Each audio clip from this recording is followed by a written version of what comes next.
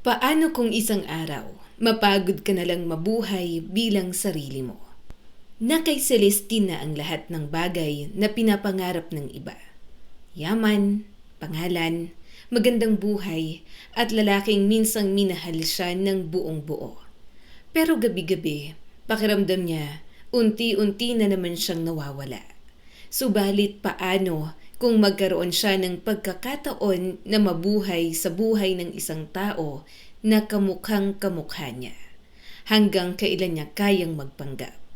Ito ang kwento ni Celestine, isang babaeng ginustong kalimutan ng sarili para lang matutunang mabuhay muli. Pero bago natin simulan ang kwento ni Celestine, nais ko munang magpasalamat sa inyong patuloy na pagsubaybay sa ating channel. At syempre, shoutout muna kay Ma'am Novi Lique mula sa Mariveles, Bataan. Princess Rocker 1123 na nakikinig mula sa Riyadh. Catherine Reyes 2408 na nakikinig mula sa Hong Kong. Marie Santiago, Virgie De Dios, Norma Loberes 6940, Mengay Balanon, Lily Ann Gilyarawan, kay Ma'am Arlene Malyari na nakikinig from Qatar, Maria Teresa Kawili, Mercy Lebato na nakikinig mula sa Malolos, Bulacan, Maria Fomoto from Japan, at salamat kay Ma'am Bagaforo Nene at Mira's Channel. Smile a little more, Celestine. Mahina ngunit malamig na bulong ni Alejandro habang nakatingin pa rin sa kamera. Mukha kang pagod. Kumikislap ang malalaking chandelier sa gitna ng engranding ballroom. Mabagal ang tugtog ng orkestra sa isang sulok ng bulwagan. Punong-puno ng kilalang tao ang charity gala. May mga negosyante, politiko, mga artista, at mga pamilyang matagal nang kabilang sa pinakamayayaman sa bansa. At isa sa mga pinaka-tinitingalang mag-asawa roon ay sina Celestine Aragon Villarreal at Alejandro Villarreal. Attorney Villarreal, dito naman po. Sir Alejandro, isang picture pa po. Bagay na bagay talaga kayo. Sunod-sunod ang flash ng kamera habang nakatayo sila sa gitna ng red carpet. Nakangiti si Celestine sa bawat kuha. Elegante at kalmado habang bahagyang nakahawak sa braso ng asawa. Suot niya ang isang kulay pilak na gown na simple, ngunit mamahalin ang dating. Nakataas ang kanyang buhok, inilalantad ang manipis niyang diamanting hikaw na regalo sa kanya ni Alejandro noon pang unang taon ng kasal nila. Noon may ibig sabihin pa ang regalo nito. Ngayon kasi, pakiramdam niya, dekorasyon na lang silang dalawa sa buhay ng isa't isa. Dahan-dahan lang niyang inayos ang ekspresyon bago muling ngumiti. Masaya ka ba na nagpapanggap tayo sa mga taong ito? Sandaling napatingin sa kanya si Alejandro bago muling bumaling sa media. Huwag tayong magsimula rito. Sir, closer po sana, sigaw ng isang photographer. Automatiko, hinila siya ni Alejandro palapit dito at ipinatong ang kamay sa kanyang bewang. Pamilyar ang galaw na yon. At dati, sapat na ang simpleng hawak na yon para pakalmahin si Celestine. Pero ngayon, wala siyang maramdaman. Hindi init o lambing, kundi alaala lang ang natira sa kanya. Mga alaalang magpapaalala kung gaano kasaya noon bago namatay ang anak nila. Pagkatapos ng ilang kuha, lumapit agad ang ilang investors kay Alejandro. Agading nawala ang kamay nito sa bewang niya. Tahimik na kumuha si Celestine ng champagne sa dumaang waiter. Kakausapin mo mamaya si Senator Valdez, sabi ni Alejandro habang inaayos ang cufflinks nito. Naghahanap daw ng legal consultant ang kumpanya nila. Napatingin siya rito. Nasa charity gala tayo, pero trabaho pa rin ang iniisip mo? Hindi nagbago ang mukha ni Alejandro. Networking ang kalahati ng purpose ng event na to. Marahan na lang siyang tumango. Naalala tuloy ni Celestine kung paano siya nito kausapin noon sa mga ganoong event. Dati kasi, yumuyuko pa si Alejandro para bumulong ng kung ano-anong random na bagay sa kanya para lang mapatawa siya. Dati, hinahanap siya agad ng mga mata nito sa tuwing maraming tao. Ngayon, kahit magkatabi sila, parang ang layo nila sa isa't isa. "Excuse me muna," sabi ni Alejandro nang may tumawag dito mula sa kabilang side ng ballroom. Tumango lang si Celestine. "Sige." At umalis ito na hindi na muling tumitingin sa kanya. Tahimik siyang uminom ng champagne habang pinapanood ang mga tao sa paligid. Halos lahat masaya. Halos lahat may kasamang kausap o kasama sa pagtawa. Samantalang siya, pakiramdam niya, nag-iisa siya sa gitna ng napakaraming tao. Napadako ang tingin niya kay Alejandro sa malayo. Nung una, akala niya'y simpleng work message lang ang tinitingnan nito. Pero maya-maya, nakita niya ang maliit na ngiti sa labi ng asawa. Napahigpit ang hawak ni Celestine sa baso. Siya na naman siguro ang kausap niya. Ang kapal ng mukha niya. Matagal na niyang hindi nakikitang ngumiti ng ganoon si Alejandro para sa kanya. Muling yumuko si Alejandro sa cellphone nito habang mabilis na nagtatype. Ilang segundo lang, muli na naman itong ngumiti ng bahagya. Dahan-dahan siyang umiwas ng tingin. Biglang bumigat ang dibdib ni Celestine. Hindi man niya ito nahuhuling may iba. Alam niya. Nararamdaman niya. Sapat na ang instinct ng isang asawa para malaman kung kailan unti-unti nang lumalayo ang puso ng lalaking mahal niya. "Attorney Villarreal?" Napatingin siya sa babaeng lumapit sa kanya mula sa Charity Foundation. "Hi, nagpapasalamat po kami sa donation ninyo," nakangiting sabi nito. "Malaking tulong po yun sa mga bata." Pinilit ngumiti ni Celestine. "I'm happy to help." "Napaka-inspiring po talaga ninyong mag-asawa." Parang may mabigat na bagay na tumama sa dibdib niya. Hindi naman sila inspiring na mag-asawa. Kung alam lang nila, kung alam lang ng lahat, kung gaano kadaling magmukhang masaya kapag nasa harap ng kamera. "Celestine," tawag sa kanya ni Alejandro. "Magsisimula ng dinner." Tumangulang siya. "Sige." Lumipas ang buong gabi na parang wala siyang gaanong naintindihan. At sa buong gabing yun, nagawa nilang gampanan muli ang papel nila bilang perpektong mag-asawa. Walang nakapansin na halos hindi sila mag-usap. Walang nakapansin na puro trabaho at formalities na lang ang laman ng bawat conversation nila ni Alejandro. At walang nakapansin kung gaano nakakapagod para kay Celestine ang magpanggap na buo pa rin ang pagsasama nila. Kinabukasan, maaga siyang bumiyahe. Mahina ang tunog ng ulan sa bintana ng sasakyan habang tahimik na nakatanaw si Celestine sa daan. Unti-unti nang napapalitan ng mga puno at palayan ang matataas na gusali ng Maynila habang papalayo sila sa syudad. Ilang minuto lang, huminto ang sasakyan sa tapat ng maliit na flower shop na puno ng sari-saring bulaklak. Biglang bumukas ang pinto ng flower shop at lumabas ang kapatid niya.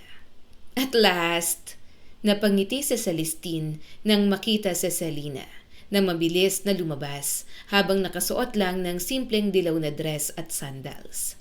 Pareho sila ng mukha, mga mata at hugis ng labi. Pero magkaibang magkaiba ang aura nila. "Ano ba naman yung suot mo?" Natatawang sabi ni Selena habang yakap ng yakap sa kanya. "Pupunta ka lang dito, parang may board meeting ka pa rin." Napatingin si Celestine sa sarili niyang cream blouse at slacks. "Casual outfit ko to." Napahalakhak si Selena. "Casual saan? Sa law firm?" "Oo nga pala, Attorney Villarreal ka nga pala." Hindi niya napigilang mapangiti. Mula sa loob ng flower shop, may maliit na batang babae na biglang sumilip. "Mama!" Napalingon si Celestine. At gaya ng dati, sandali na naman itong natigilan dahil sa sobrang pagkakahawig nila ni Selena. Malaki ang mata ng batang babae habang nakatingin kay Celestine. "Anong ginagawa mo riyan, Noela?" Lambing na tanong ni Selena sa anak. Lumapit agad ang bata pero huminto sa harap ni Celestine. Tinitigan siya nito at parang nag-iisip. Pagkatapos, kumunot ang noo ng 4 na taong gulang na bata. "Mama, iba smell?" Napatawa si Selena habang yumuyuko kay Noela.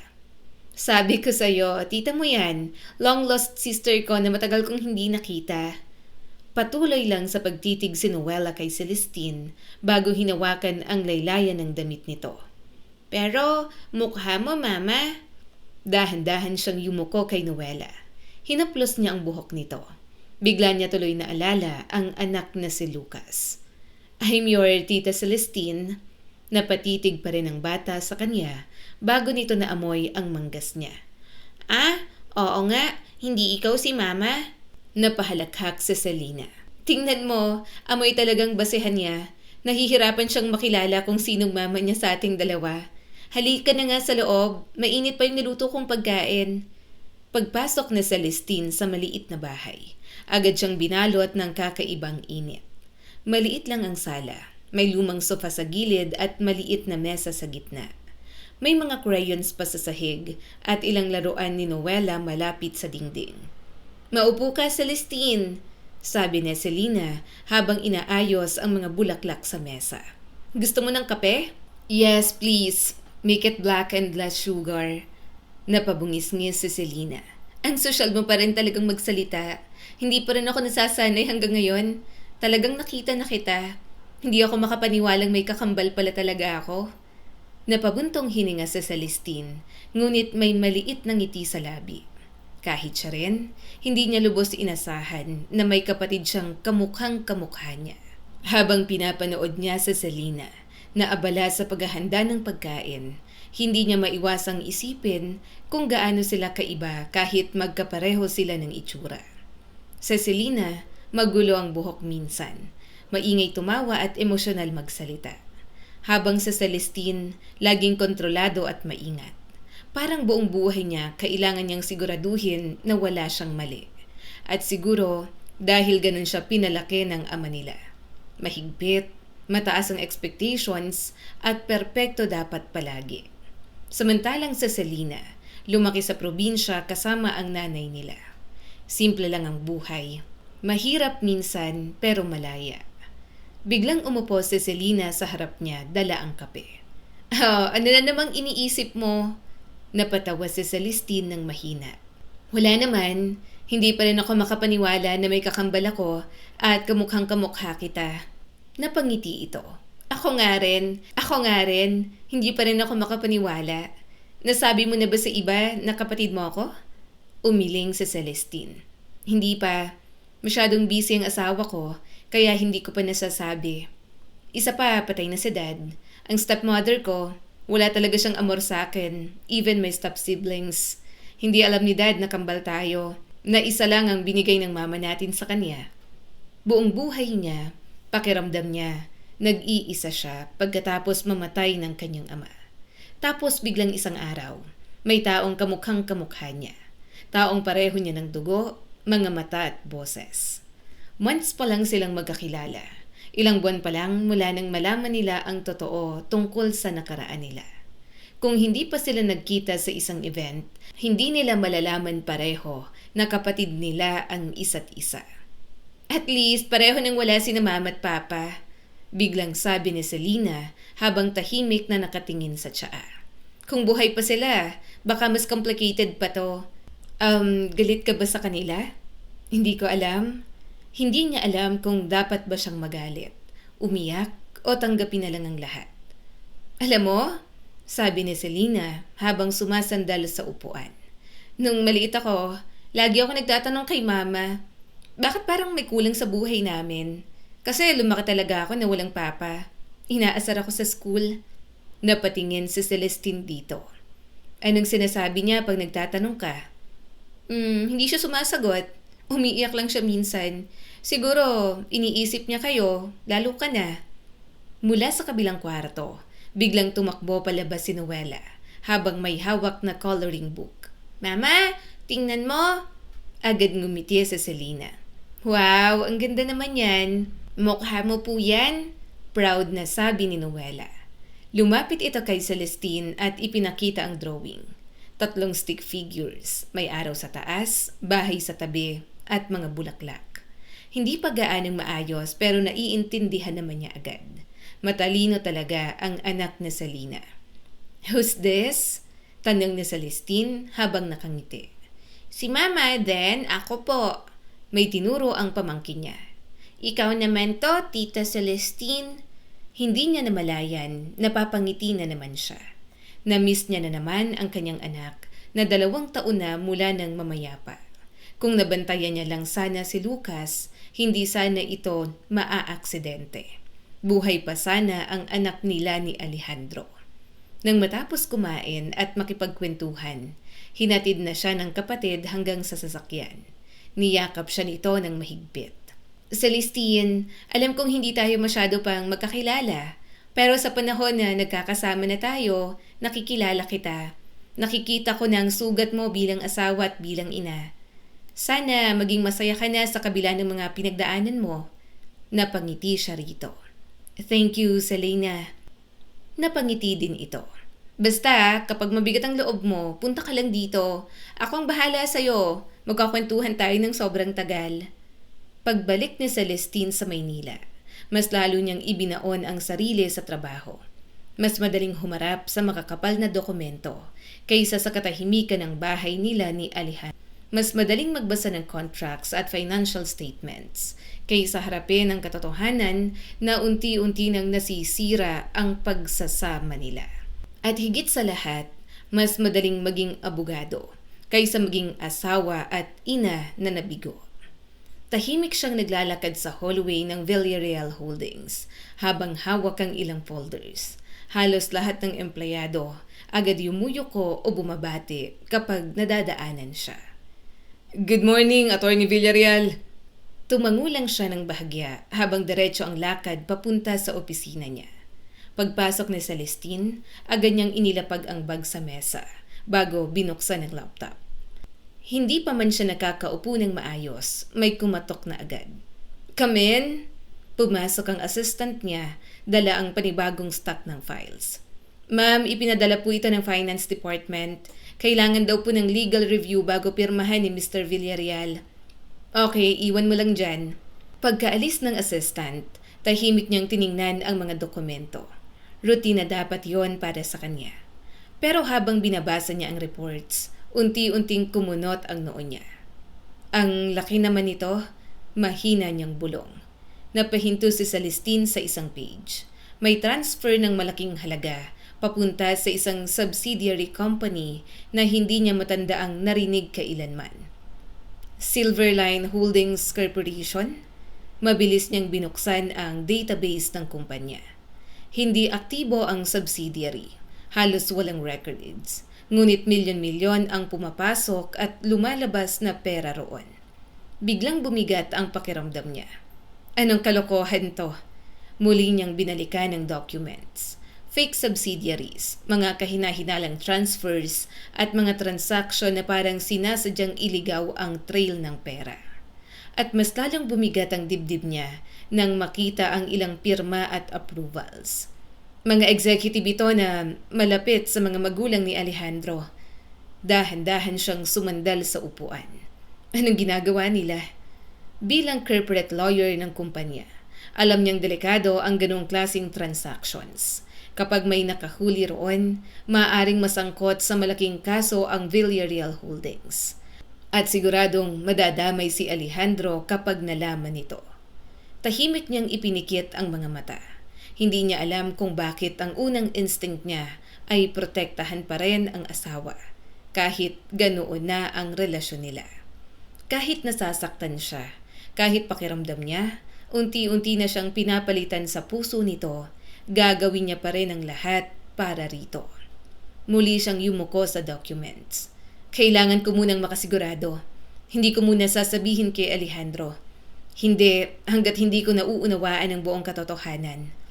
Lumipas ang mga araw na halos puro trabaho lang ang laman ng buhay ni Celestine. Madalas siyang umuwi ng gabi. Minsan madaling araw na. At sa bawat pag-uwi niya, pareho pa rin ang pakiramdam ng bahay nila. Malaki, tahimik, at puno ng alaala ni Lucas. Nasa hagdan pa rin ang maliit na gasgas na gawa ng laruan nito noon. Nasa isang sulok pa rin ng sala ang paborito nitong stuffed toy na hindi magawang alisin ni Celestine. Bawat sulok ng bahay may bakas ng anak nila. Kaya siguro mas pinili niyang mawala sa bahay hanggat maaari. Isang gabi, pagod siyang dumating mula sa opisina. Mabigat ang balikat niya habang dahan-dahan niyang hinubad ang heels sa foyer. Pero natigilan siya nang mapansing may ilaw pa sa dining area. Naroon si Alejandro. Tahimik itong nakaupo habang may hawak na baso ng tubig. Napaangat ang tingin nito nang makita siya. "You're late." Bahagyang nagtaka si Celestine. Karaniwan kasi tulog na ito kapag umuwi siya. "Oo, maraming documents na kailangang tapusin." Tahimik siyang dumiretso sa kusina para kumuha ng tubig. Ngunit nagsalita muli si Alejandro. "Kumain ka na ba?" Natigilan si Celestine. Matagal nang walang nagtatanong sa kanya nun. Hindi pa." Tumayo si Alejandro. Pinagtabi kita ng pagkain." Hindi agad nakasagot si Celestine. Tahimik lang niyang pinanood ang asawa habang inilalabas nito ang pagkain mula sa microwave. Simple lang ang ginagawa nito, ngunit matagal na niyang hindi nakikitang ganoon si Alejandro. "Pinainit ko ulit o bago ka dumating," sabi nito habang inilalapag ang plato sa mesa. "Baka kasi lumamig." Umupo si Celestine, ngunit hindi niya alam kung ano ang mararamdaman. May bahagi sa kanya na gustong matunaw dahil mahal na mahal pa rin niya ang lalaking nasa harap niya. Pero may mas malaking parte sa kanya na pagod na. Pagod ng umasa sa maliliit na lambing na nawawala rin naman pagkatapos. "Thank you," mahinang sabi ni Celestine. Tahimik silang kumain. Paminsan-minsan, nahuhuli niyang nakatingin si Alejandro sa kanya. At tuwing nagtatama ang mga mata nila, mabilis din itong umiiwas. Gusto mo ba ng kape?" Tanong nito maya-maya. Napatingin siya rito. "Nakapag-coffee na ako. Don't bother." Lumipas pa ang ilang linggo. Lalong lumalalim ang investigasyon ni Celestine tungkol sa financial records ng kumpanya. Palihim niyang kinokopya ang ilang files, gumagawa ng sarili niyang notes.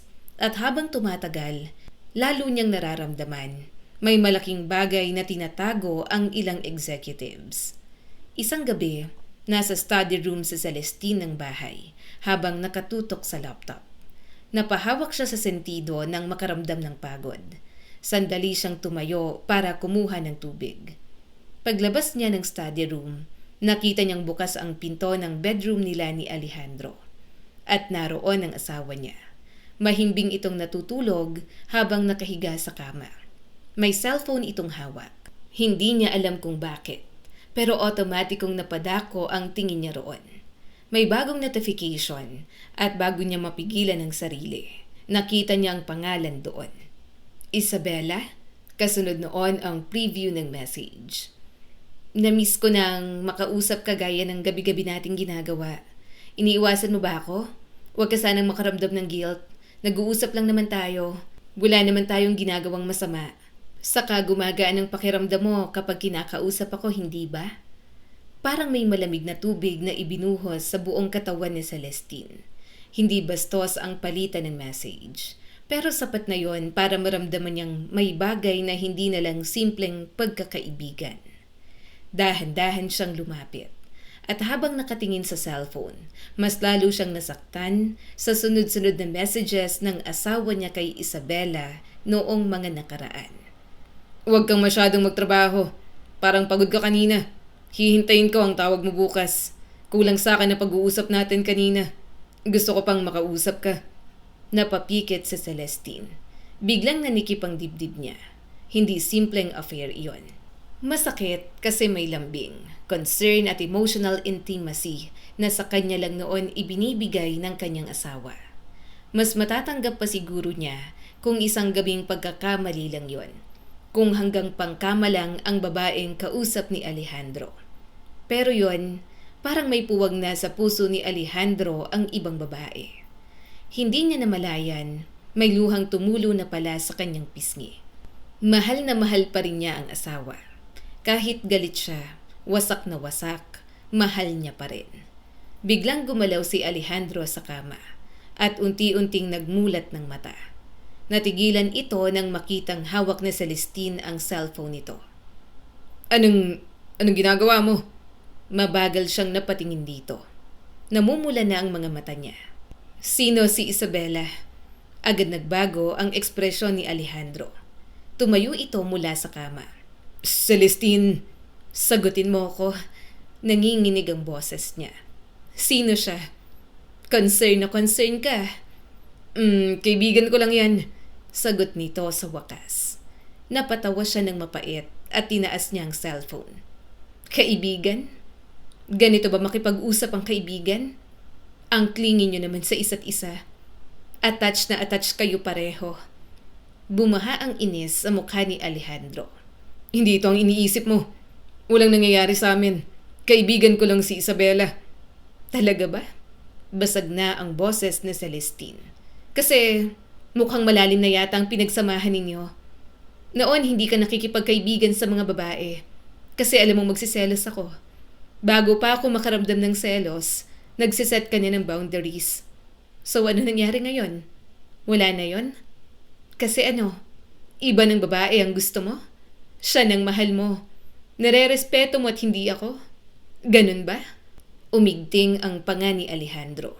Nag-uusap lang kami. Walang nangyayari sa amin. Mas masakit nga yun. Sigaw niya. Walang nangyayari sa inyong pisikal, pero unti-unti kanyang nakikilala at baka naagaw ng puso mo. Napatitig sa kanya ang asawa ng matagal. Maraming emosyong dumaan sa mga mata nito, pero wala na siyang panahon para pakinggan yon. Huminga ng mabigat si Celestine habang tuloy-tuloy ang pagpatak ng luha niya. Mas matatanggap ko pa kung may nangyari lang. Kung pisikal lang at hanggang pangkamalang ang babaeng yan. Pero to, sweet kayo sa isa't isa. Concerned siya sa'yo. Pinapakinggan ka niya. Mukhang kilalang kilala ka niya. Celestine, mahal mo na ba siya? Giit ni Celestine. Biglang tumigas ang mukha ni Alejandro. At sa ilang segundong katahimikan, parang may unti-unting dumurog sa puso ni Celestine. Sagutin mo ko, Alejandro. Mahal mo ba siya? Napahilamos ito sa mukha. Hindi ko alam. Parang nawalan siya ng hangin. Napaatras siya habang nakatingin dito. Hindi mo alam? Anong klaseng sagot yan? Anong hindi mo alam? Mahal mo siya pero ako hindi na? Mahal mo kami pareho? Nahihirapan kang mamili? Bakas ang pagod sa mukha ng kanyang asawa. Hindi ganon. Biglang sumabog ang lahat ng sakit na matagal niya nang kinikimkim. Kasi alam naman niya kung saan nagsimula ang lahat. Hindi ko ginustong mamatay si Lucas. Hindi ko ginustong mangyari yon. Oo, baka nga kasalanan ko. Ako ang dapat sisihin. Pero kailangan ba na lokohin mo ako ng ganito?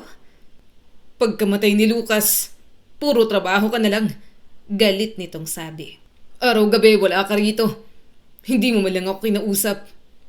Napailing siya habang umiiyak. Hindi mo naiintindihan. Hindi. Ikaw ang hindi nakaintindi. Sigaw na rin ni Alejandro. Anak ko rin sa Lucas. Araw-araw ko rin naaalala ang anak natin. Pero tuwing sinusubukan kong kausapin ka, para kang pader. Napahawak si Celestine sa dibdib niya. Gusto niyang magalit, pero alam niyang totoo ang mga sinasabi nito. Paano mo nagawa to, Alejandro? Umiiyak niyang tanong. Paano mo nagawang humanap ng comfort sa iba? Habang wasak na wasak ako. Biglang natahimik si Alejandro bago muling nagsalita. At paano mo nagawang iwan ako mag-isang magluksa? Parang tumigil ang mundo ni Celestine. Sunod-sunod ang pag-agos ng luha niya habang napapailing. Iniwasan kita simula nang mamatay ang anak natin. Dahil pakiramdam ko, ako ang sinisisi ng lahat. Pinaparamdam niyo sa akin yon sa bawat araw. Natigilan si Alejandro. Pati sarili ko sinisisi ko. Basag na basag ang boses ni Celestine. Bawat gabi iniisip ko kung anong mangyayari kung hindi ako lumingon noon, kung nahawakan ko agad si Lucas. Napaupo siya sa gilid ng kama habang patuloy sa pag-iyak. Bawat sulok ng bahay na to, siya ang naaalala ko. Kaya ako nagtatrabaho kasi kapag nandito ako, pakiramdam ko mababaliw ako. Tahimik na lang si Alejandro. Nakita niyang namumuo rin ang luha sa mata nito. Pero kahit ganon, hindi pa rin nabubura ang sakit. Hindi pa rin nawawala ang katotohanan na may ibang babae nang nakapasok sa pagitan nilang dalawa. Halos 2:00 na ng madaling araw, ngunit gising pa rin si Celestine sa study room niya. Patuloy pa rin siya sa pag-iimbestiga at hindi na simpleng anomalya ang mga nakikita niya. Mas malala pa ron. Napahinto si Celestine nang makita ang isang pangalan na paulit-ulit na lumalabas sa records. Eduardo Villarreal? Anong ginagawa ng ama ni Alejandro rito? Kasama rin doon ang pangalan ng ilang matatandang kamag-anak nito na may mataas na posisyon sa Villarreal Holdings. Nanlamig ang mga kamay ni Celestine. Dahan-dahan niyang binuksan ang isa pang encrypted file na matagal niyang pinagtiyagaang ma-access gamit ang company credentials niya bilang legal counsel. At sa pagbukas noon, parang unti-unting bumigat ang hangin sa paligid niya.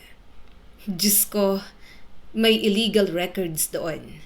Milyon-milyong mga nailipat sa mga shell company na konektado sa mga politiko at opisyal ng gobyerno.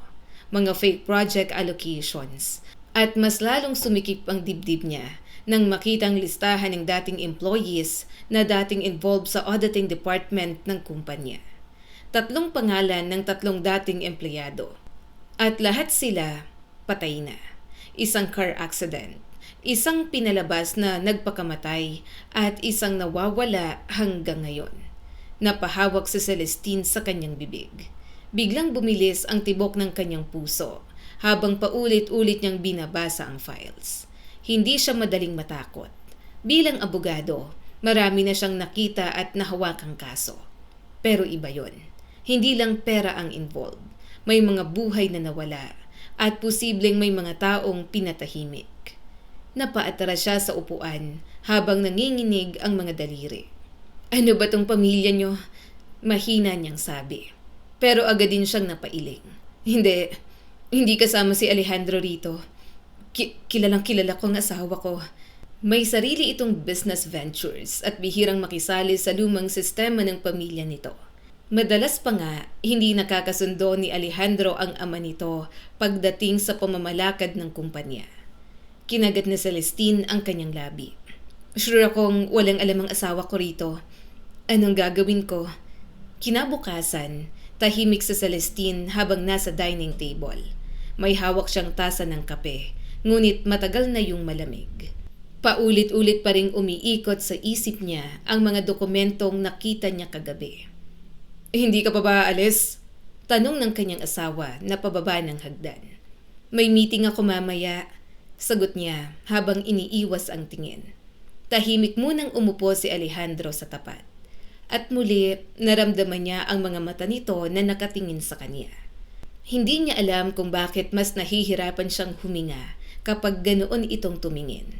Parang may gustong sabihin, ngunit hindi magawa. Celestine, mahina nitong tawag. Maybe we should go somewhere. Dahan-dahan siyang napatingin dito. Ha? Saan? Ilang araw lang. Baka siya nang tinutukoy ko. Mahina ang boses ng asawa niya at parang nananantya. Tayo lang. Just like before. Parang may kumurot agad sa puso niya. Hindi niya inaasahang maririnig yon mula kay Alejandro. Matagal na panahon na rin mula nang may effort itong ayusin sila. At bakit? Tanong niya habang pilit pinapakalma ang sarili. Napabuntong hininga ito. Because I missed you. Palagi na lang tayong nag-aaway. Gusto kong maayos pa tayong dalawa. Biglang nanikip ang dibdib ni Celestine. Napayuko siya sa tasa ng kape para itago ang biglang pag-init ng mata. Noong una silang ikasal, mahilig silang biglaang bumiyahe. Kapag sobrang toxic ng trabaho, basta na lang siyang hihilahin ni Alejandro papunta sa beach o sa bundok kahit 2 araw lang. At doon, pakiramdam ni Celestine noon na masaya siya at mahal ng asawa. Please, dagdag ni Alejandro. Kailangan natin to. Saglit siyang natigilan. At sa isang maikling sandali, muntik na siyang pumayag. Muntik niya nang sabihin na gusto rin niyang bumalik sa dating sila. Muntik na niyang piliing kalimutan muna ang lahat. Pero biglang bumalik sa isip niya ang mga message ni Isabela. Napahigpit ang hawak niya sa tasa. Hindi niya kayang kalimutan yon. Hindi niya kayang magpanggap na okay lang. Unti-unti siyang tumayo. Ayoko. Halatang nasaktan si Alejandro sa sagot niya. Celestine, hindi tayo maayos ng bakasyon. Diretso ang kanyang boses kahit masakit sa loob niya. At ayokong sumama dahil lang nakakaramdam ka ng guilt. Biglang tumigas ang mukha nito. Hindi totoo yan. Really? Mapait niyang tanong. Kasi parang ngayon ka lang ulit bumabawi matapos kong malaman na may iba kang kausap. Hindi ko naman siya mahal. Pero hindi yun sapat. Dahil kahit hindi nito mahal ang babaeng yun, nasaktan pa rin siya. Pagod na ako, Alejandro. Tama na. Kinagabihan, palihim na nakipagkita si Celestine sa isang journalist. Hindi niya alam kung tama ba ang kanyang ginawa. Pamilya ng asawa niya ang kanyang ibinabagsak. Pero hindi niya rin kasi kayang maatim na hindi mabigyan ng hustisya ang mga biktima. Isa pa, noon pa man, ayaw na sa kanya ng mga Villarreal. Pinagtsatsagaan lang siya ng mga ito at ilang insulto din ang tanggap niya mula sa mga magulang ni Alejandro. Paano pa kayang nayayanig na ang pagsasama nilang mag-asawa? Kaya siguro sooner or later, mawawala na lang din talaga siya ng koneksyon sa mga ito. Mahalaga sa kanya ang hustisya para sa ibang tao. Kaya yon ang pipiliin ni Celestine. Tahimik siyang nakaupo sa sulok ng isang maliit na cafe habang nakasuot ng simpleng coat at cap para hindi makilala. Ilang minuto lang, may babaeng lumapit sa mesa niya. Attorney Villarreal? Tumango si Celestine. Yes, I am. Umupo ang babae sa tapat niya at inilapag ang recorder sa mesa. I'm Mara Fernandez, investigative journalist. Hindi na ako magpapaligoy-ligoy pa. Why are you doing this knowing na pamilya sila ng asawa mo? Napayuko si Celestine. Hindi niya alam paano sasagutin yon. Dahil kahit siya mismo, hindi sigurado kung para saan niya ginagawa yon. Para ba sa hustisya? O dahil pagod na siyang protektahan ng mga Villarreal habang siya mismo ay wasak na? May mga taong namatay, mahina niyang sabi. At hindi aksidente lahat. At sigurado kang gusto mong gawin ito? Napapikit si Celestine. Yes, kawawa ang mga pamilya ng biktima. Pagkalabas niya ng cafe, mabigat ang pakiramdam niya. Parang may unti-unti nang gumuho sa buhay niya at hindi na niya mapigilan. Bumalik siya sa opisina. Habang naglalakad papunta sa parking building, hindi niya namalayan, nanginginig na pala ang kanyang mga kamay. Pagpasok niya sa elevator lobby, agad niyang pinindot ang paakyat na button. Tahimik siyang nakatungo habang hinihintay bumukas ang elevator. At nang tumunog yun, dahan-dahang bumukas ang pinto. Parang tumigil ang mundo niya. Nandoon si Alejandro, kahalikan ng isang babae. Isang magandang dalagang naka-janitress uniform. Nanlaki agad ang mata ng babae nang makita siya. Mabilis itong napaatras. Maging si Alejandro, halatang nagulat din.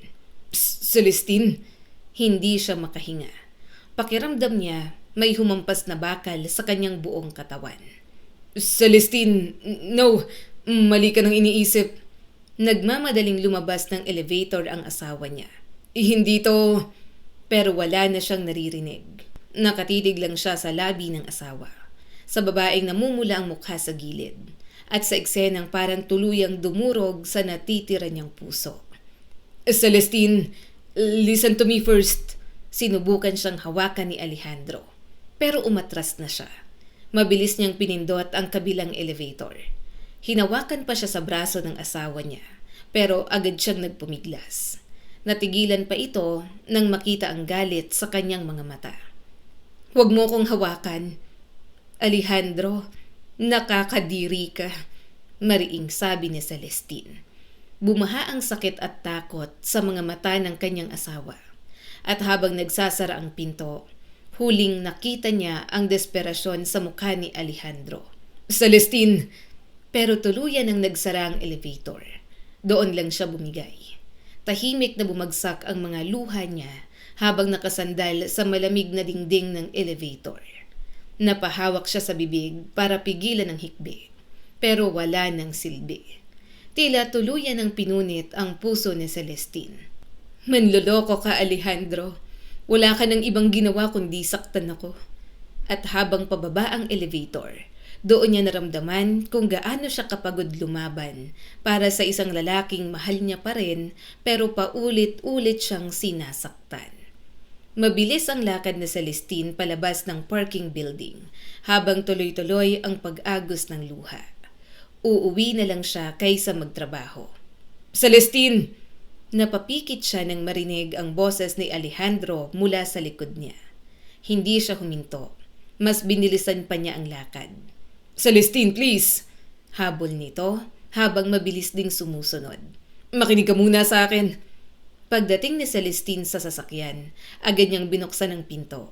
Ngunit mabilis ding napigilan ni Alejandro ang kanyang kamay. Huwag mo kong hawakan, malamig niyang sabi. Hindi yun ang iniisip mo. Hingal nitong sabi. Siyang humalik sa akin at hindi ako. Napatawa siya ng mahina. Isang mapait at halos basag na tawa. Pareho lang yun. Sa sandaling hinayaan mo siyang makalapit sa'yo. Alam mo na dapat yon. Hindi kita niloloko sa parang iniisip mo. Namumula ang mata niya habang direktang nakatingin sa asawa. At ano bang paraan ang gusto mong paniwalaan ko? Na aksidenteng nagdikit ang labi ninyo? Celestine! Napailing siya. Pagod na ako, Alejandro. Hindi tumutugma ang mga sinasabi mo sa mga ikinikilos mo. Tahimik itong napatitig sa kanya. Wala siyang makitang depensa sa mukha nito. Pagod, guilt, at lungkot lang. Parang pareho sila ng nararamdaman pero hindi nila maintindihan ang isa't isa. Hindi ko siya mahal. Mahinahon nitong sabi. Pero hindi na sapat ang mga salitang yon dahil ilang beses na niyang narinig at ilang beses na ring nasaktan. Uuwi na ako, malamig niyang sabi habang inaalis ang kamay nito sa pinto. Hindi na siya pinigilan ni Alejandro. Tahimik lang itong nakatayo habang sumasakay siya sa sasakyan.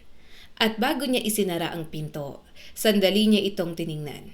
Mukha itong wasak, pero sa pagkakataong yun, wala na siyang lakas para maawa pa. Dahil siya rin naman, wasak na. Pagdating sa bahay, dumiretso agad si Celestine sa kwarto nila. Hindi niya binuksan ang ilaw. Tahimik siyang umupo sa gilid ng kama habang nakatitig sa dilim. Unti-unti niyang hinawakan ang kanyang wedding ring. Naalala niya pa kung paano siya kinabahan noon nang isuot yon ni Alejandro sa daliri niya. Naalala niya pa ang luha nito habang binibigas ang wedding vows nila. Naalala niya pa kung gaano siya kasigurado noon na habang buhay silang dalawa. Bakit tayo umabot dito?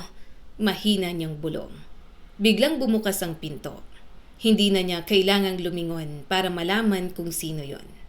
Mabagal ang hakbang ni Alejandro papasok. Pwede ba tayong mag-usap? Hindi siya sumagot. Tahimik lang siyang nakaupo habang pinipigilan na muling umiyak.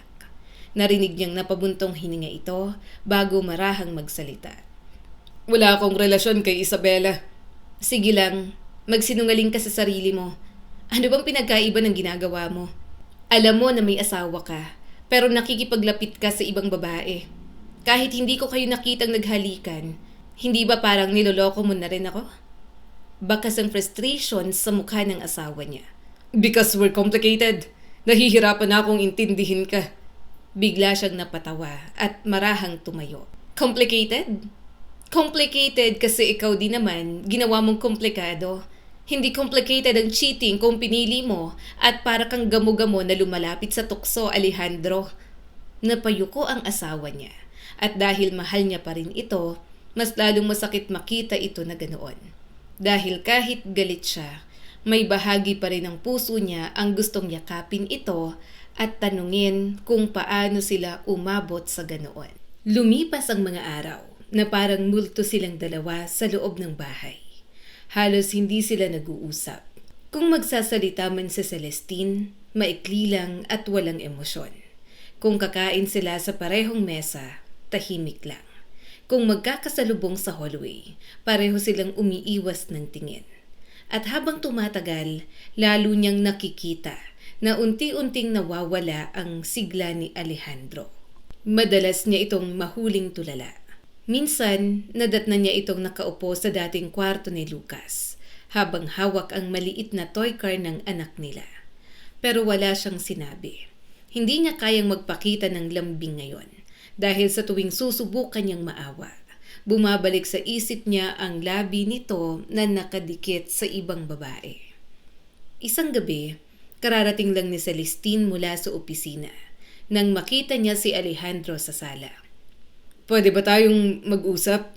tanong ni Alejandro. Inilapag niya ang bag bago tumingin dito. "Ano na naman?" "Kumausap na ako ng ibang abogado.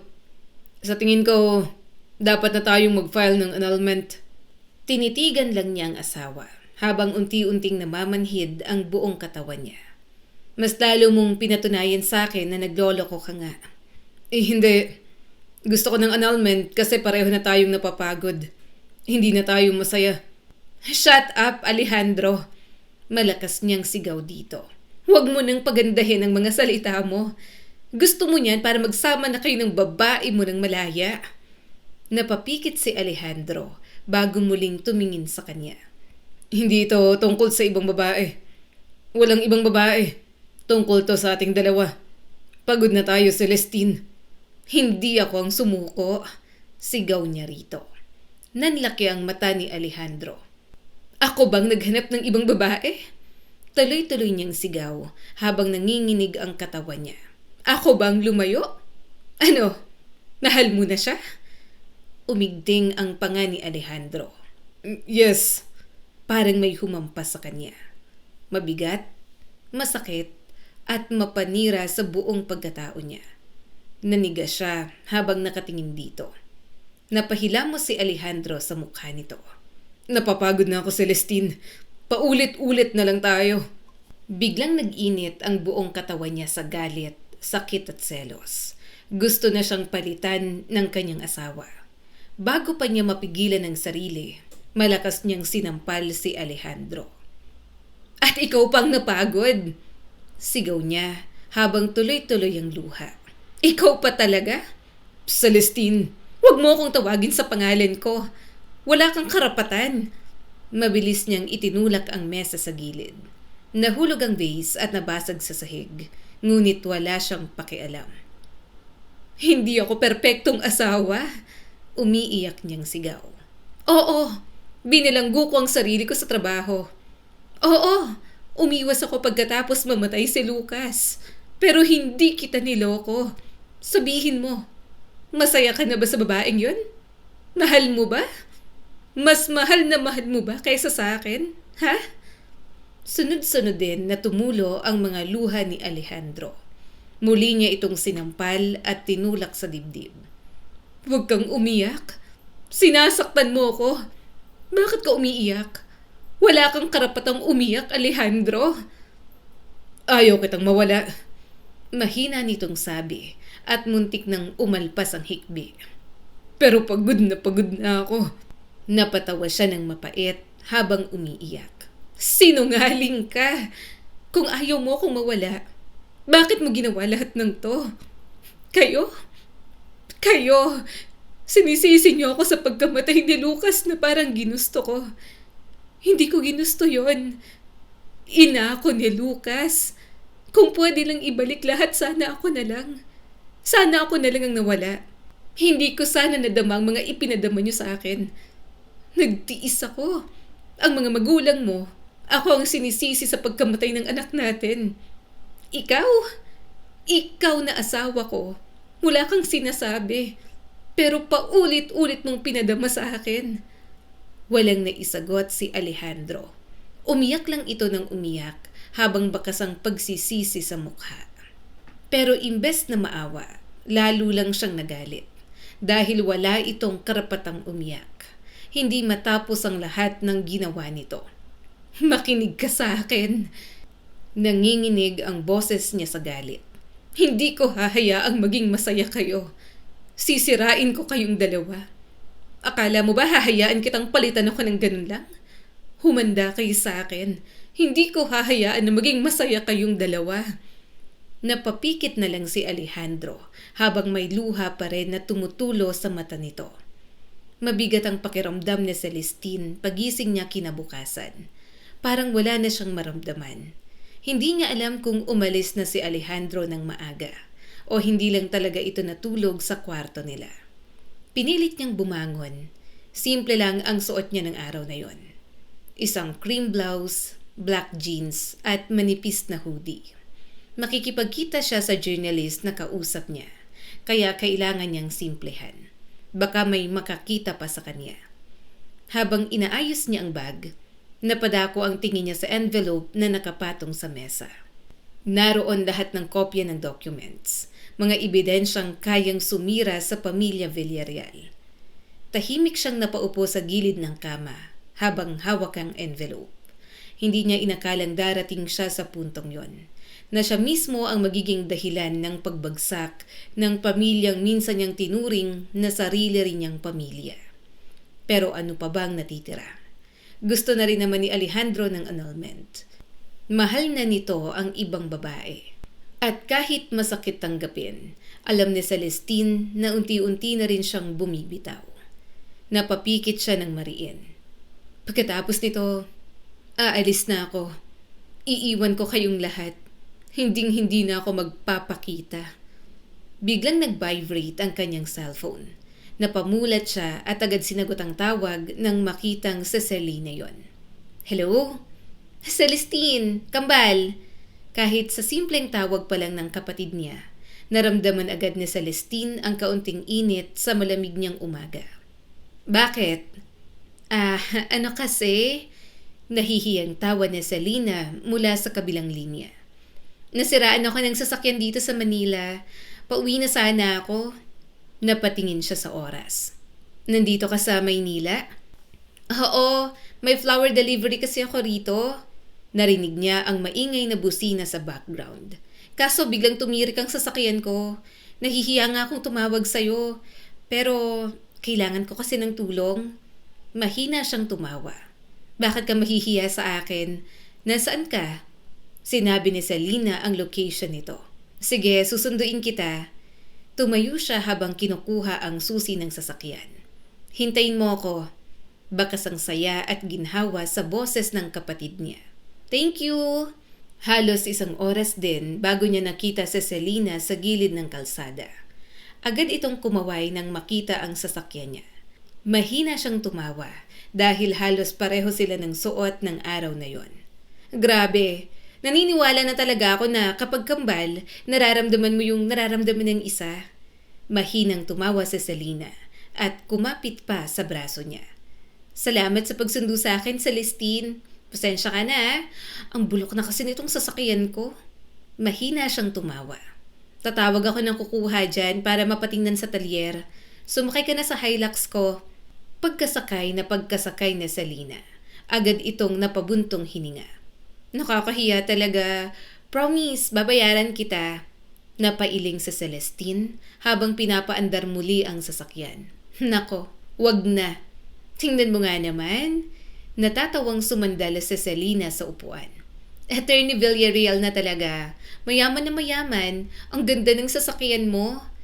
Tahimik lang siyang nakatingin sa daan. At marahil dahil kambal sila, agad ding napansin ni Selena ang kakaiba sa kanya. Unti-unting nawala ang ngiti nito. Celestine? Ngumuso ito. Mukha kang umiyak. Napahigpit ang hawak niya sa manibela. Hindi niya alam bakit mas madaling magpanggap sa harap ng ibang tao kaysa sa kapatid niya. Siguro dahil si Selena marunong talagang tumingin sa kanya. I'm fine, mahina niyang sagot. Pero parehong alam nilang kasinungalingan yon. Tahimik munang tumingin si Selena sa kanya bago marahang magsalita.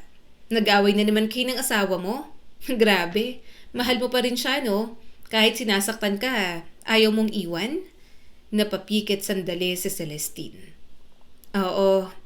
Hay, napabuntong hininga na lang ito. Masakit aminin pero yun pa rin ang totoo. Kahit ilang beses siyang saktan ni Alejandro, mahal niya pa rin ito. At marahil yun ang pinakamalungkot na parte ng pagmamahal na inakala niyang panghabang buhay. Celestine, iwan mo na siya. Hindi mo deserve masaktan ng ganyan. Minsan kahit mahal mo pa, kailangan mong piliin ang sarili mo. Parang may kumirot sa dibdib ni Celestine. Kasi matagal na panahon na rin mula nang piliin niya ang sarili. Laging trabaho, responsibilidad at ibang tao. Hanggang sa hindi niya alam paano mahalin ang sarili niya. Nang makarating sa cafe, bumaba siya at sinabing ito na ang magdadrive. Nagulat naman ito. Ha? Sa'yo na ang sasakyan ko. Nanlaki ang mata ng kapatid niya. Ano? Gamitin mo kung gusto mo, then sa'yo na. Ang luma na ng sasakyan mo. Muli siyang tumingin sa daan. Bibili naman ako ng bago. Celestine! Nako, hindi na kailangan. Nakakahiya. Tsaka, ang mahal nitong sasakyan mo. Mahina siyang napatawa. Take it. Natigilan sa Selena habang nakatingin sa manibela. Ikaw, paano ka uuwi? Magta-taxi na lang ako mamaya. Ano ka ba? Napailing ito habang natatawang naiiyak. Ang mahal-mahal kaya ng sasakyan mo. Wala na namang saysay kay Celestine ang mga ganoong bagay. Ayokong mahirapan ka bumiyahe kapag may deliver ka. Kaya sige na, sa'yo ng sasakyan na yan. Isipin mo na lang na regalo ko sa'yo.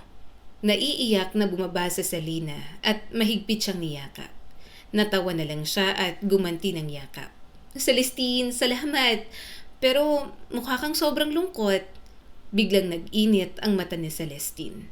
Pero pinigilan niya dahil pagod na siyang umiyak. Pinilit niya na lang ngumiti ulit. Okay lang ako. Sinamaan siya ng tingin ni Selena. Sinungaling? Sige na, umalis ka na't umuwi. Baka naghihintay na si Noela sa'yo. May kikitain lang ako sa cafe. Tumango sa Selena at mataman siyang tiningnan. Alam mo, sumama ka na lang sa akin sa probinsya. Simple lang ang buhay doon pero masaya. Tsaka, hahanapin kita ng bagong lalaki. Mas pogi at mas masarap sa asawa mo. Kahit anong pilit ni Selena na pagaanin ng usapan, hindi niya kayang isipin ang sarili niya kasama ang ibang lalaki.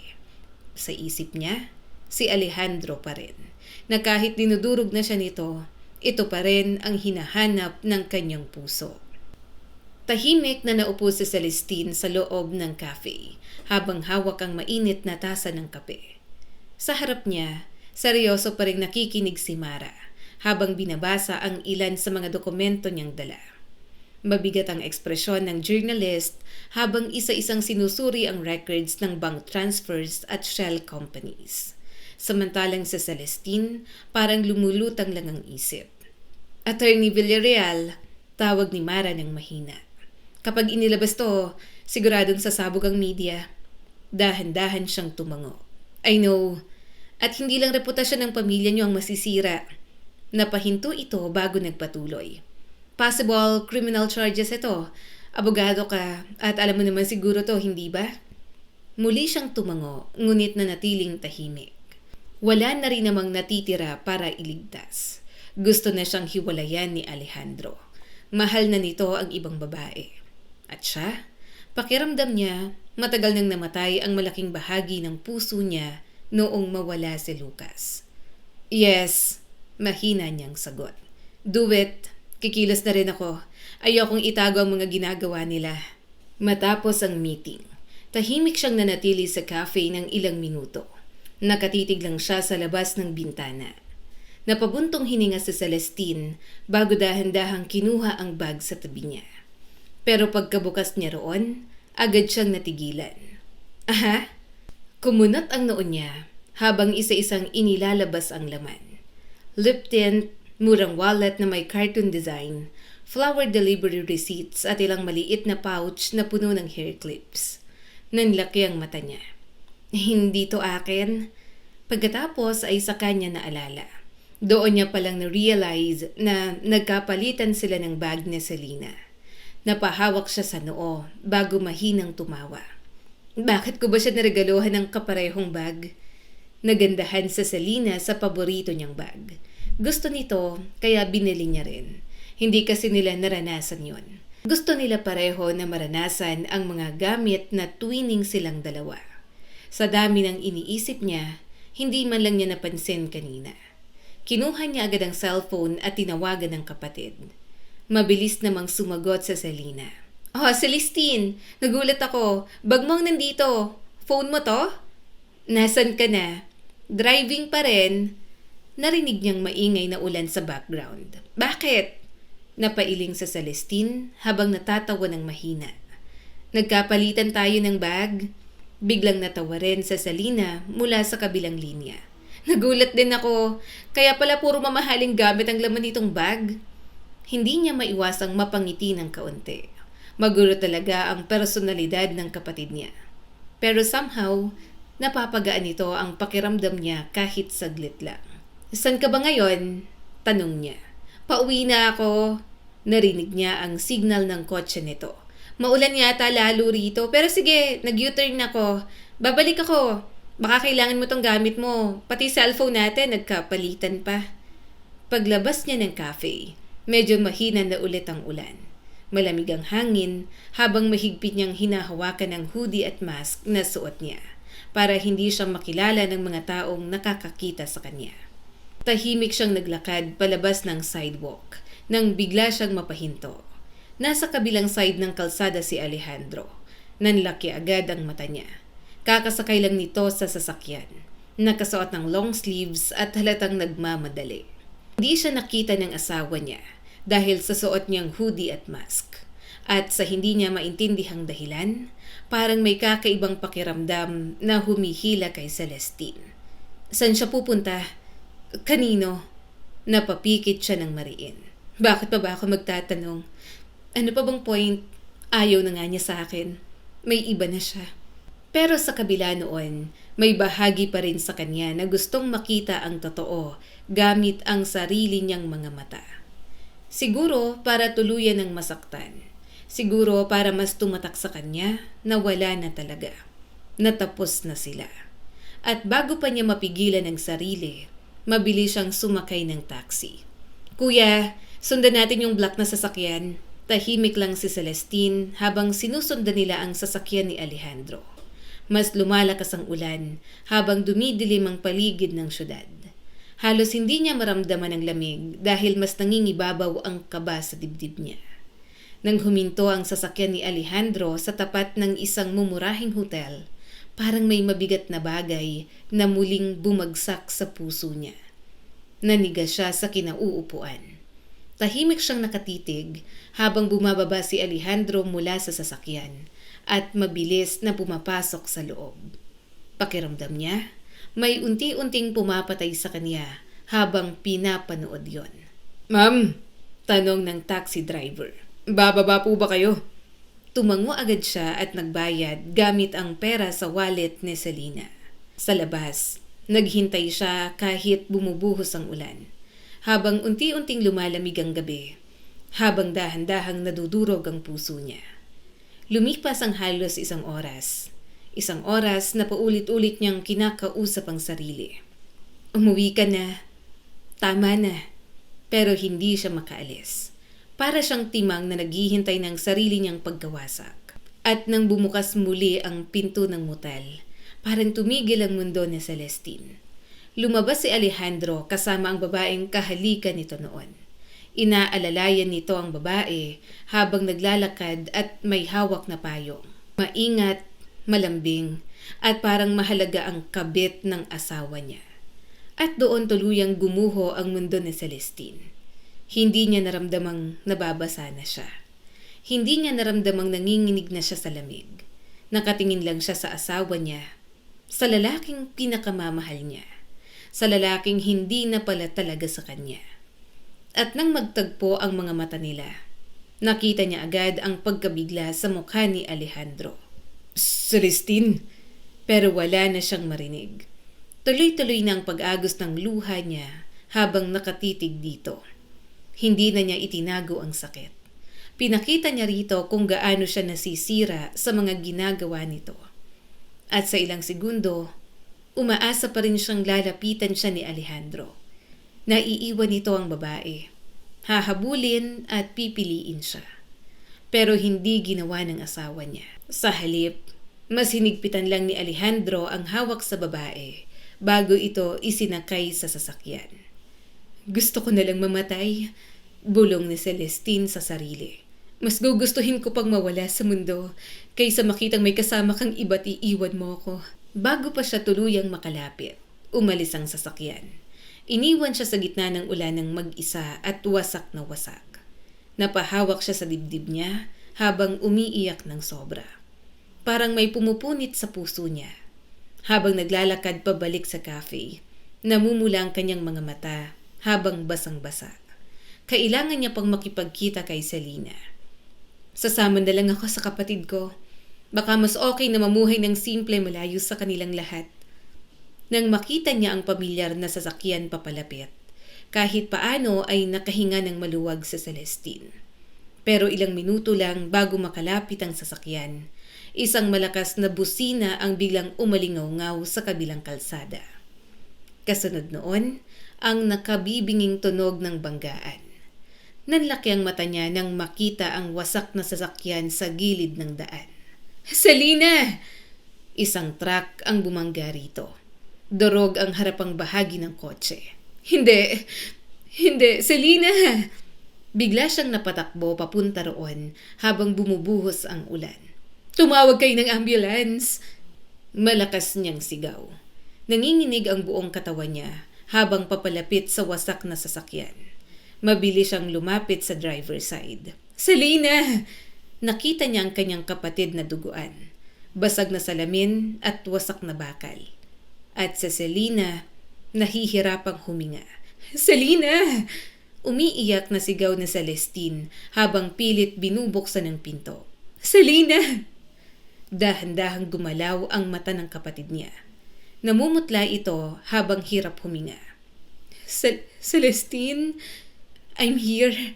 Nanginginig ang kanyang kamay habang hinawakan ang mukha nito. Please, stay awake. Umubo si Selena ng dugo. At sa kabila ng sakit na halatang nararamdaman nito, isang pangalan lang ang paulit-ulit nitong binabanggit. Noela. Biglang nadurog ang puso ni Celestine. Anak ko, umiiyak na bulong ni Selena. Noela. Napaiyak siya ng tuluyan habang mahigpit na hawak ang kamay ng kapatid niya. Oo, please, huwag kang susuko, lumaban ka, parating na ang tulong. Puno ng ilaw at ingay ang emergency entrance ng ospital. Ngunit parang walang malinaw na naririnig si Celestine. Parang nakalubog siya sa ilalim ng tubig, habang pinapanood na mabilis na inililipat ng mga paramedics si Selena mula sa stretcher. Halo-halo ang tunog ng sigawan, nagmamadaling yabag ng mga nurse at malalakas na utos ng mga doktor. BP is dropping! Move! Ngunit sa gitna ng lahat ng yon, iisang bagay lang ang malinaw kay Celestine. Napakaraming dugo sa katawan ng kapatid niya.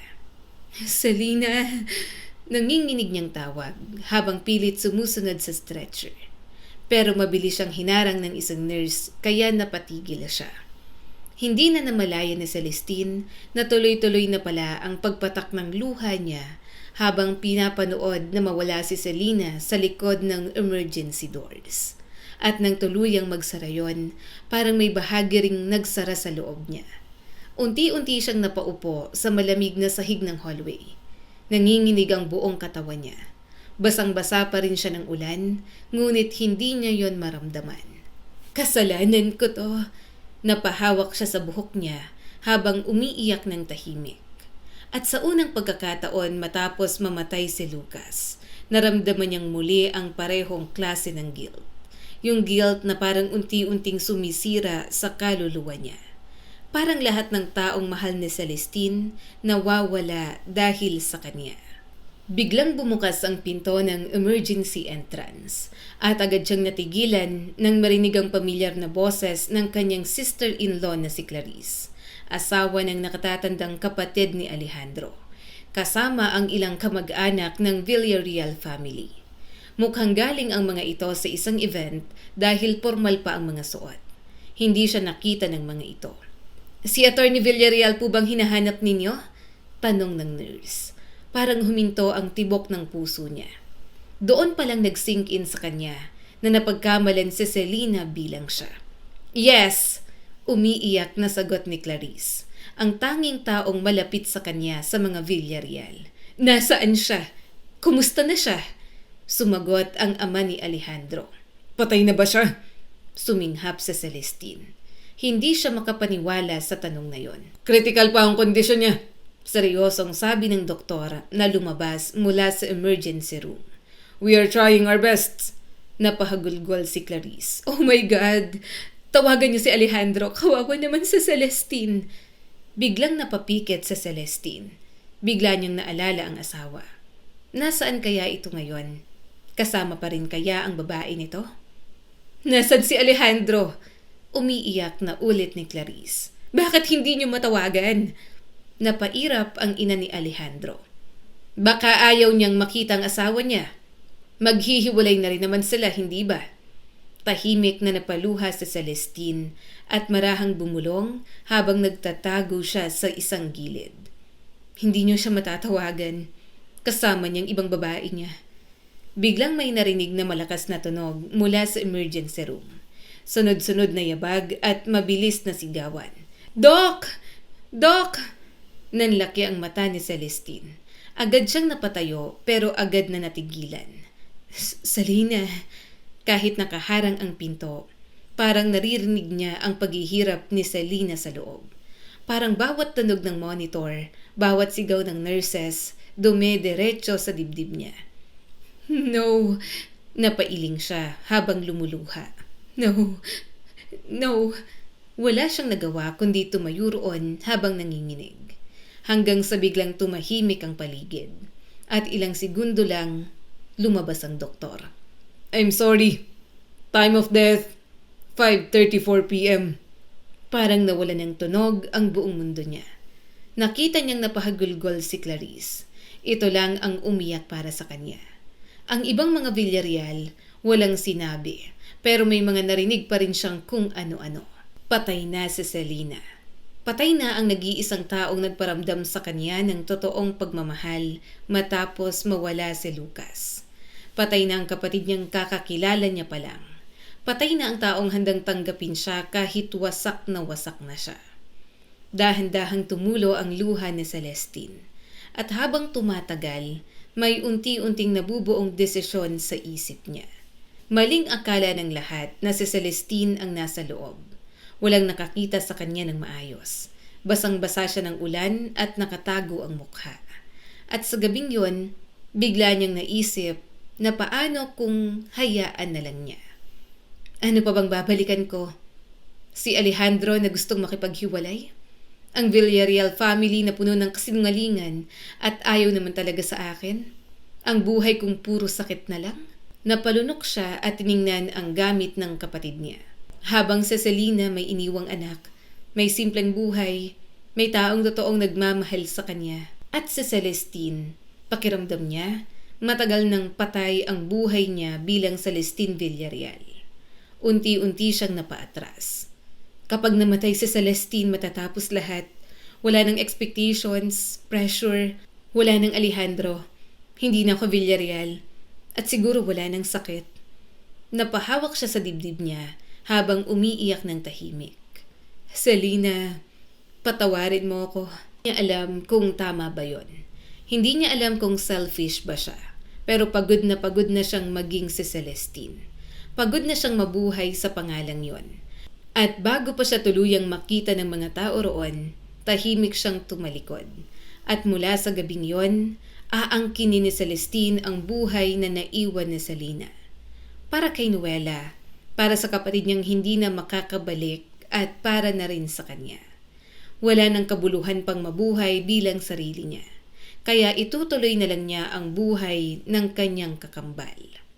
Madilim na ang buong probinsya nang makarating si Celestine sa maliit na bahay ni Selena. Mahina ang ilaw ng poste sa labas, habang marahang bumabagsak pa rin ang ambon mula sa maulap na langit. Tahimik ang paligid.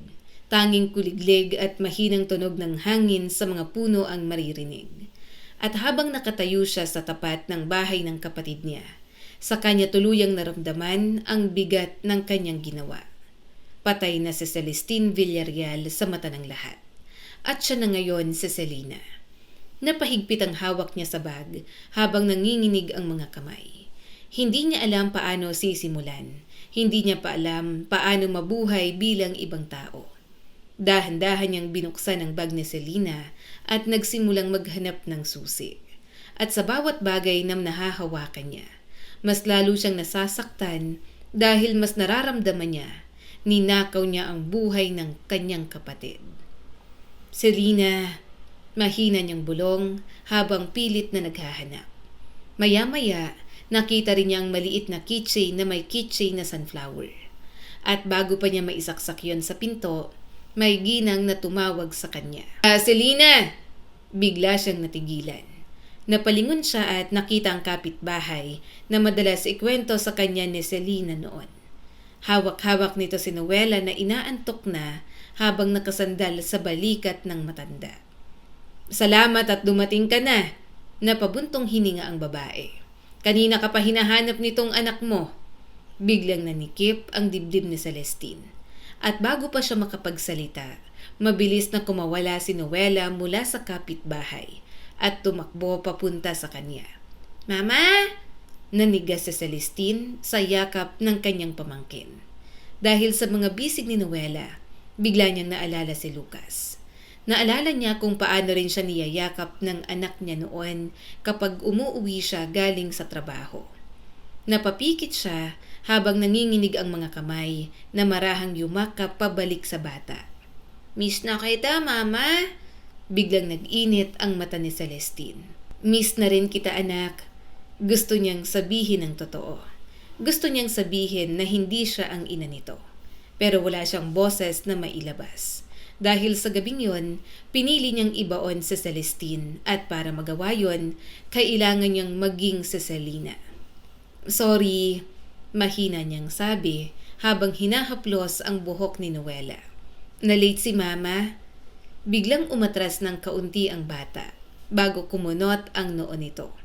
Mama, iba po ang smell mo. Nanlambot ang tuhod ni Celestine. Masyadong matalino si Noela. Masyadong sanay sa ina nito. Nanginginig siyang napangiti. Nabasa lang si Mama ng ulan, natuyo lang kaya nag-ibang amoy ko, anak. Tahimik na pinagmasdan siya ni Noela.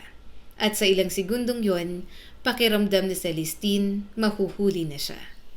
Pero maya-maya, yumakap ulit ang bata. Cold ka, Mama? Nang makapasok, medyo naninibago pa siya. Pero ginawa niyang best para maging komportable. Mama, gutom ako? Napatingin siya kay Noela na hinihila ang kanyang manggas. Biglang nagpanik si Celestine sa loob.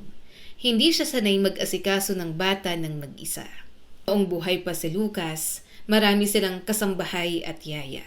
Hindi niya kailanman naranasang siya lang mag-isa ang asahan ng anak niya sa ganoong paraan. Okay, mahina niyang sabi. Magluluto ako. Naglakad siya papuntang maliit na kusina habang pilit inaalala ang mga bagay na nakita niyang ginagawa ni Selena noon. Habang nagsasaing, tahimik lang siyang pinapanood ni Noela mula sa mesa.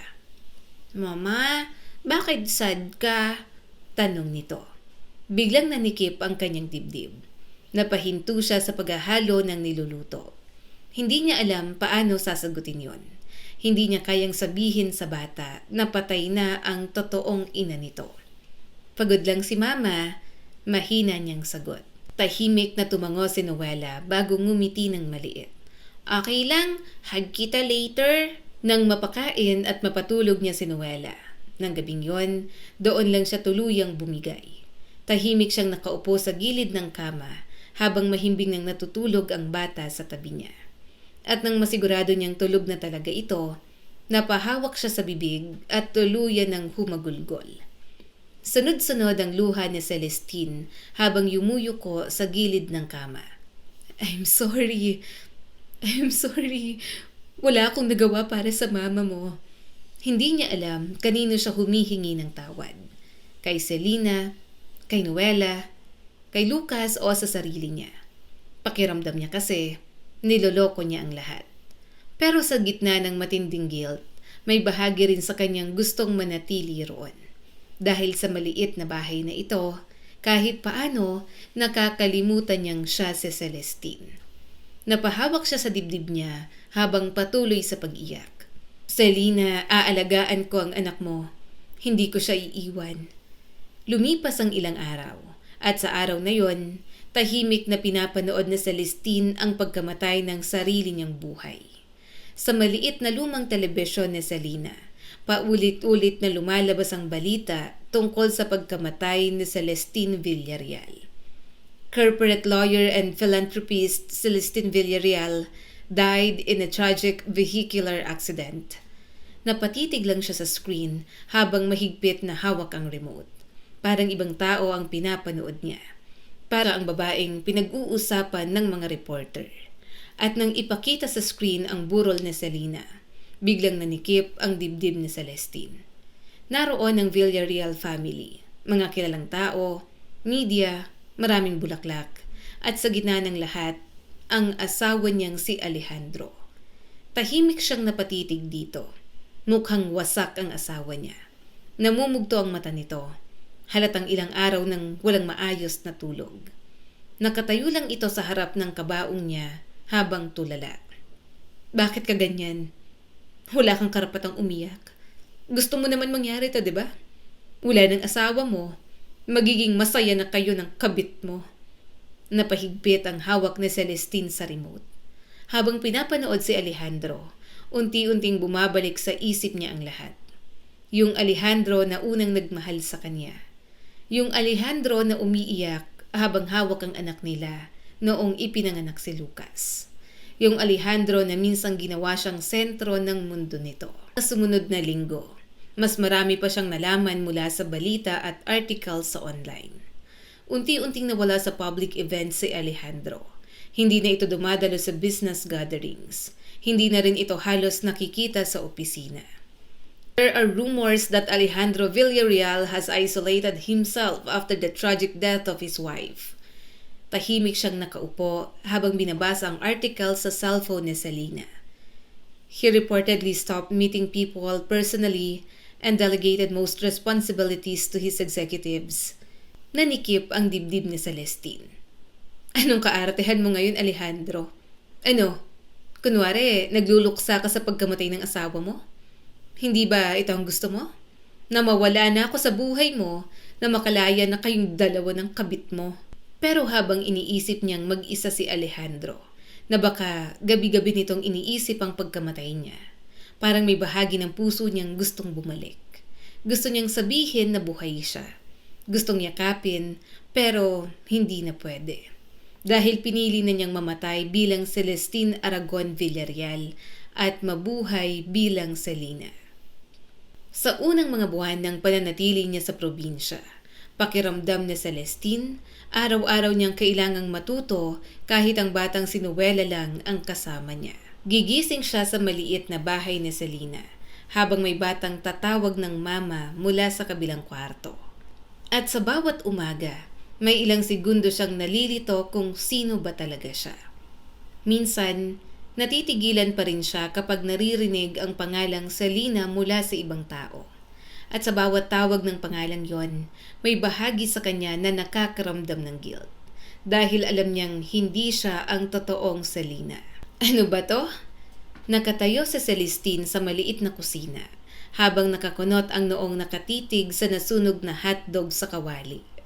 Mula sa mesa, napahalakhak si Noela. Mama, sunog! Napabuntong hininga siya habang mabilis na pinapatay ang stove. Luluto na lang ako ulit. Hindi ko kasi nabantayan.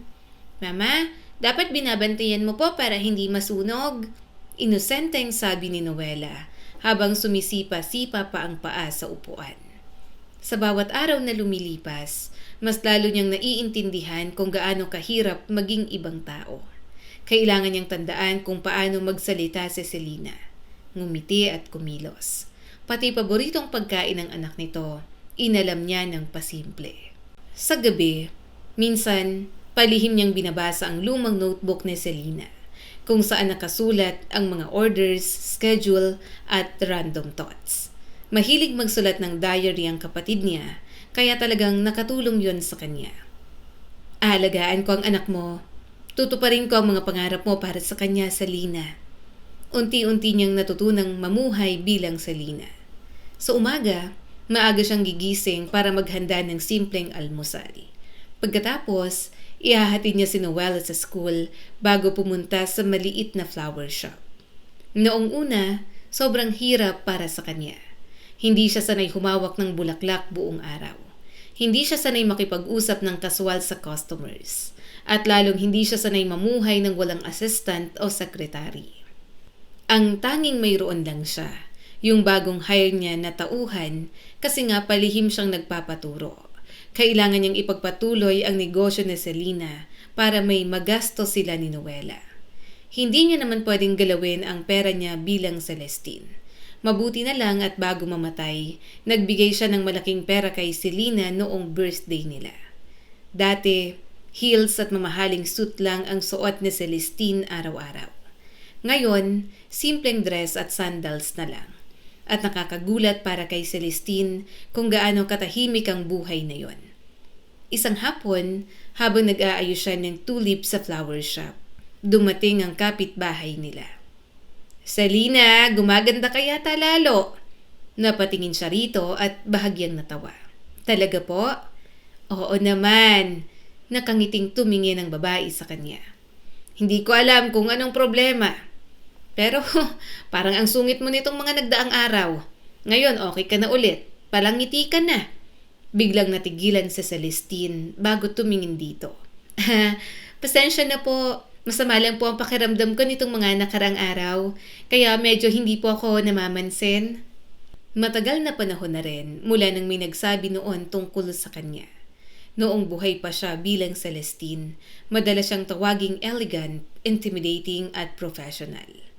Napatingin siya sa refleksyon niya sa maliit na salamin sa flower shop. Mahaba pa rin ang buhok niya noon, ngunit mas madalas na yung nakatali ng simple. Wala na rin yung dating sobrang ayos niyang makeup. Mama! Pagka-uwi niya isang araw, mabilis siyang sinalubong ni Noella habang may hawak na papel. Anong meron? Tanong niya habang inaalis ang sandals. Perfect po ako sa exams, Mama! Proud na sabi ng bata. Napangiti siya habang tinitingnan ang papel nito. Wow! Good job! Biglang yumakap si Noella sa kanyang bewang. Hindi niya namalayan, nasasanay na pala siya. Nasasanay na tawagin ulit na mama. Nasasanay na sa simpleng buhay.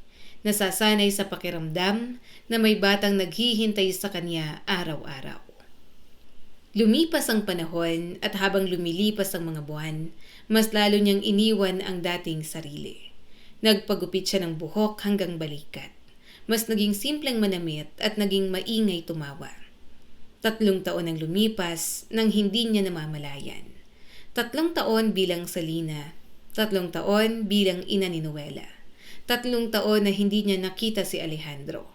Pero kahit ganun, may mga gabi pa ring bumabalik ito sa isip niya.